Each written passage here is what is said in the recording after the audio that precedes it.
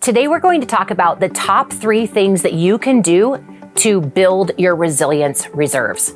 Now, we have talked about resilience in a few different ways on this show, and some of the things that I'm going to be talking about are similar to what we've discussed in the past, but I want to talk about it from a different lens and share with you some statistics that we found from the study that we did on resilience in the workplace. For many people, it has been a rough few years. If you find yourself feeling tired, stressed out, or even short-tempered and you weren't that before, you are not alone. Rebuilding those resilience reserves will take time, and you have to give yourself permission to know that things have shifted or changed. There is a woman that I follow on social media, and I won't share her handle in case she's uncomfortable with me talking about this story, but now you won't even know who I'm talking about.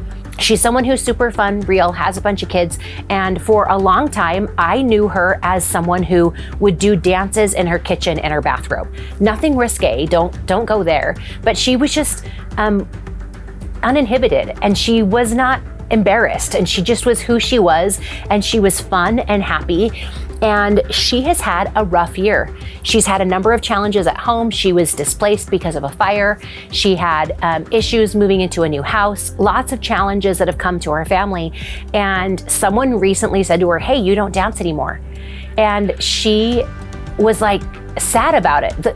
Sad of the realization that yes, she hadn't danced in a while, but sad because it had been kind of a hard year, and sad because she didn't feel like dancing. And she asked if there was something wrong with her. And I was like, no, there is nothing wrong with you. When we have challenge upon challenge, when we have circumstances that are tricky, it is so easy for us to shift and to change. And that doesn't mean that we'll never get back to it, but it means that sometimes when we are emotionally taxed, our emotional wellness goes into a mode where we are rebuilding and we are in a rest and recovery phase. We're going to talk more about the phases later, but I just want you to know that it is okay. If you are not feeling like yourself like you were 5 years ago, or if you're not feeling like yourself like you were 5 months ago, it's okay.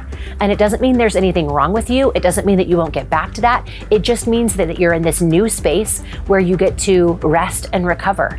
Now, here are some statistics that we found in our study that you might relate with. 54% of working Americans share that they are feeling overwhelmed, and that feeling overwhelmed hurts their resilience. So if you have a lot going on, if you have a lot of life challenges, if you're dealing with a big life challenge, or if you're just dealing with the daily micro stressors that are happening both personally and professionally, feeling overwhelmed can be something that hurts your resilience. So what can you do to overcome that? Maybe you examine your life and you see what you can let go of. Maybe there's a commitment that you've taken on that you need to cut back on. Maybe there's something that you signed up to do for volunteer work that maybe you need to say, hey, my time and my mental fortitude is tapped. I'm sorry, but I'm not able to do this anymore. Those conversations are uncomfortable, but what's even more uncomfortable is experiencing burnout. And you might already be in that place, but if you're not, maybe you're at pre-burnout stage and you're feeling like it's not here, but it's coming. You do need to examine your life and look at things that you can do to make it different. Now, you might look at your life and say, there is nothing I can let go of. All of these challenges that are happening right now, or all of my circumstances are normal. And it's because of this kid and my spouse or partner, and because of the circumstances that are happening at work. And you can't let those go. It's not like you can let go of a kid or quit your job. And so some of your overwhelm can come from natural adult circumstances. That's okay too, but then you have to decide, what can I do differently in my life so that I will feel less overwhelmed? And one of the things that you can do is improve your self-care. Now, we talk about self-care as almost like this extra thing that if you have time, take a bath, or if you have time, go for a walk in the woods. But what we're finding now is that we have to be intentional about the things that we do to self-regulate our own emotions, which means that maybe you can't let go of your biggest stressors, but you can shake up your daily routine to be able able to put more peace and more flow into it. Maybe you need to create a morning routine that allows you to ease into the swing of things with your life before you go to work or before you interact with family. It might mean that you get up earlier when you feel like you need more sleep, but maybe that time spent in focusing on you will help you fill your well so that you can continue to draw from it all day long. But examine different places where you feel overwhelmed. Examine different routines that you could take and put into place that might help you be able to self-regulate your emotions. Now, number 2, not surprisingly, but the second thing that comes up as the reason why people's resilience is shaken is a fear of failure. Not even failure itself, but the fear of failure is causing people to feel differently and not have the strength that they need. I found this fascinating. While you might say to yourself, well, Michelle, it's only 42%, 58% of Americans are doing just fine and there's no fear of failure. But I feel like 42% is a staggering number. Not just failure itself, but the fear of it. And this conversation needs to be had over and over and over again. And this is where my motivational speaker vibe kicks in, because I want to hug you all and just say, listen, I know that there are lots of things going on in the world and you have goals and dreams in your mind and you are worried that they will not come to fruition. But here's what I know. Regret feels worse than failure. You will look back on your life at all the things that you wished you would have done, and you will have a stronger feeling of regret than you ever do a failure. There are so many experiences, both personally and professionally, that I can look back over on the last 2 decades of being an adult, and the things that I didn't do bother me more and keep me up at night more than the things that I tried and I failed at. Now, I know that failure doesn't feel good. I know it doesn't feel good to go after something and have it not happen.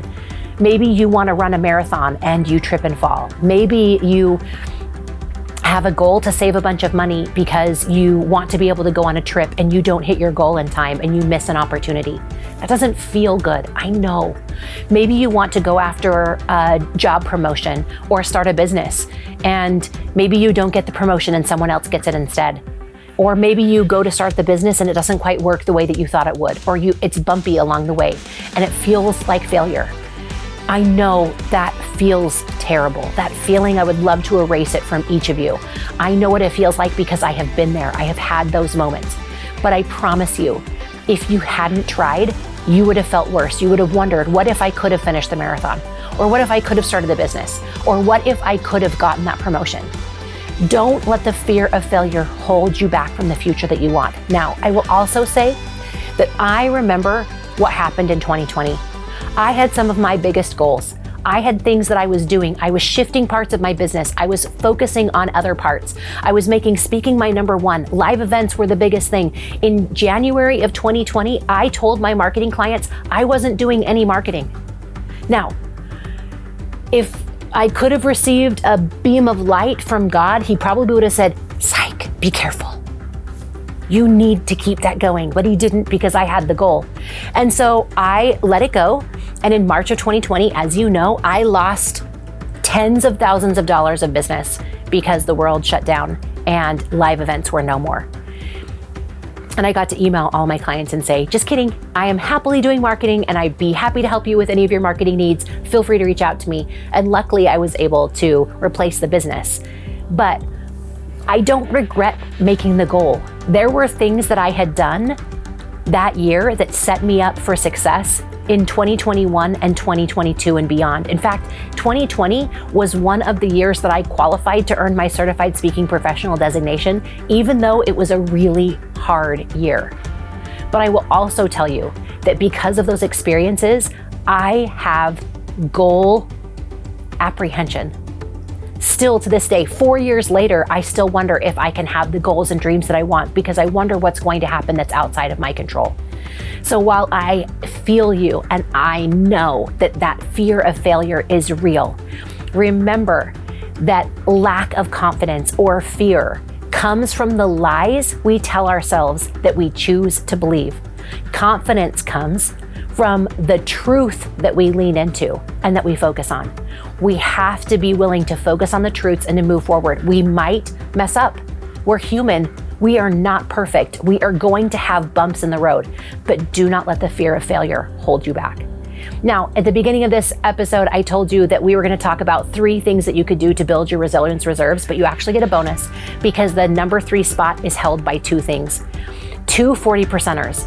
So the first one is the lack of confidence. So 40% of working Americans say that the lack of confidence hurts their resilience. It also is coupled with mental health struggles. But I want to talk about that lack of confidence for just a minute. I kind of talked about that a little bit when I was talking about fear.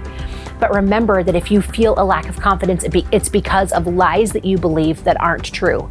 So yes, you might have an experience where you try something and it doesn't work, but you have to believe that if you put in the effort, if you prepare, and if you're willing to do the work, you can set yourself up to succeed. And so you have to have confidence in yourself. No one else can have it for you. Now, if you need to, some of the research shows that if having someone who believes in you builds your resilience and builds your happiness. So who can you talk to that will help you when you are not feeling strong? Who can you reach out to that says, listen, right now, I am feeling like I'm not quite going to make it. Can you help me? Can you show me what's true? Can you help me build my confidence so I can also build my resilience reserves? Focusing on the truth of moving forward will help you. Know that it won't be perfect, but you've got to try because you can't let that fear of failure hold you back. And you've got to get yourself to the place where you're building those reserves. Now, that last one, that bonus that I was going to share with you, mental health struggles, I know they're real. I know if you're watching this episode and you're struggling with anxiety, depression, or any number of mental health challenges, I am praying for you and hope that you get the help that you need. Please seek mental health professionals that can help you, whether that's with medication, whether it's with counseling or therapy, or whether there's an entirely different protocol that you should be on to help you with your mental health struggles. Truthfully, I think each of us have experienced some of those deep emotions over the last few years, even if we would consider ourselves optimistic and happy people. I have felt some of the darkest points of depression in my life over the last little bit. And I know that it's real, but know that there are ways that you can overcome those challenges and you can find the strength that you need to move forward. Don't let it hold you back from strengthening your resilience. Now that you're aware of these 4 challenges that threaten your resilience, be laser focused about creating plans and solutions that will help you feel stronger so that you can grow and stretch in your resilience and that you can become stronger each day. It's not about perfection, but it's about the progress that you take so that you are not feeling overwhelmed, but you're feeling in control of moving forward. I'm cheering you on, and I will see you on the next video.